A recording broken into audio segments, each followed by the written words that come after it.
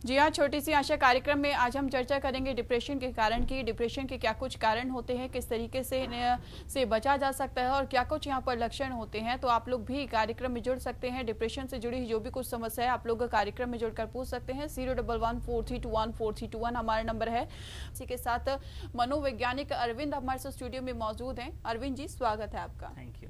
अरविंद जी, अक्सर यहाँ पर देखने को मिलता है, महिलाओं के साथ साथ बच्चों की बात करें या फिर बड़े बुजुर्गों की बात करें, डिप्रेशन की जो समस्या है वो आम हो गई है। कारण यहाँ पर क्या कुछ होते हैं, सबसे पहले यही जानना चाहेंगे आपसे। कारण 2-3 हो सकता है। सबसे पहले मैं स्टार्ट करूंगा बायोलॉजिकल रीजन से। हार्मोनल चेंजेस की वजह से डिप्रेशन हमें देखने को मिलता है। तो एक तो कारण बायोलॉजिकल है, एनवायरमेंटल कॉजेज, जैसे आपने अभी अपने रिपोर्ट में दिखाया कि अगर अनुशासन बहुत ज़्यादा हो फैमिली में, रिस्ट्रिक्शन बहुत ज़्यादा हो, अगर खुले मन से खुले दिमाग से अगर हम कुछ कर नहीं सकते, अगर हम अपनी थिंकिंग को दूसरे के सामने प्रेजेंट नहीं कर सकते, तो ये भी एक डिप्रेशन का कारण हो सकता है। डिप्रेशन को सिर्फ कुछ कारणों में बांधना बहुत डिफिकल्ट है। डिप्रेशन के क्या कुछ कारण होते हैं, क्या कुछ लक्षण होते हैं और किस तरीके से इनसे छुटकारा पाया जा सकता है, क्योंकि डिप्रेशन जो है वो एक गंभीर समस्या भी आगे चलकर बन सकती है। तो जो भी कुछ जानकारी आप लोगों को चाहिए और किस तरीके से समस्या से निजात पाई जा सकती है, आप लोग कार्यक्रम में जुड़कर पूछ सकते हैं। मनोवैज्ञानिक अरविंद हमारे साथ स्टूडियो में मौजूद हैं।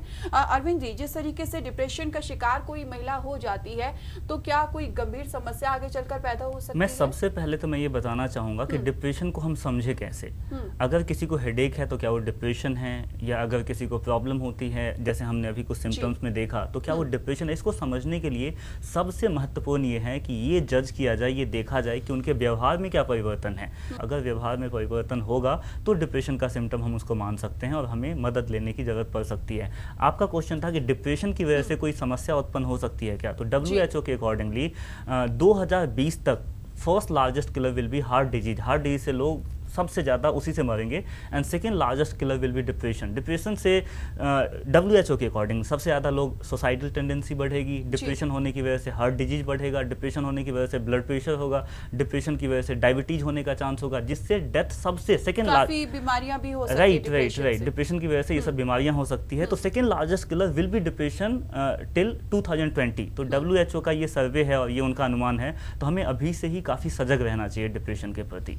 मौके में काफी सजग यहाँ पर रहना चाहिए। आप लोग भी अगर डिप्रेशन की समस्या से जूझ रहे हैं तो आप लोग कार्यक्रम में जुड़कर उसका निजात पा सकते हैं। जो भी कुछ जानकारी आप लोगों को चाहिए, आप लोग कार्यक्रम में जुड़िए। 01143214321 हमारा नंबर है।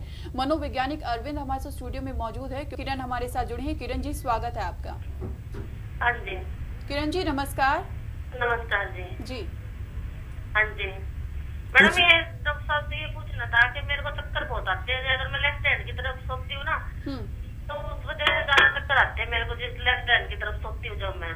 तो क्या ये डिप्रेशन का कारण है? नो, मुझे नहीं लगता ये डिप्रेशन का कारण है। इनको चक्कर बहुत आता है। इन्होंने लेफ्ट साइड और राइट साइड का कुछ कॉम्बिनेशन बताया। डिप्रेशन का कहीं से भी सिम्टम नहीं लगता है।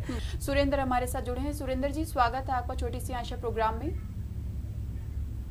सुरेंद्र जी, आवाज मिल पा रही है? हाँ सर, नमस्कार। हेलो जी सर, नमस्कार। आवाज मिल पा रही है? क्या कुछ समस्या है डिप्रेशन से जुड़ी हुई?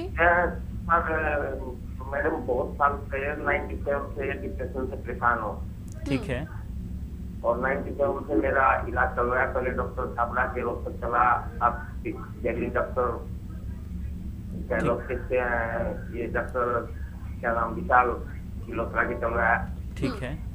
और तो ये डिप्रेशन नहीं हो रहा है, बराबरी दवाइयाँ।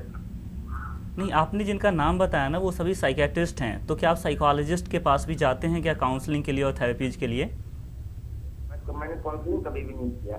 तो मैं सजेस्ट करूंगा कि आप किसी एक साइकोलॉजिस्ट से कंसल्ट कीजिए, आप उनसे थेरेपी और काउंसलिंग स्टार्ट कीजिए। इसका बेनिफिट दिखेगा। मेडिकेशन ले रहे हैं, मेडिकेशन कंटिन्यू कीजिए, पॉजिटिव रिजल्ट देखने को मिलेगा।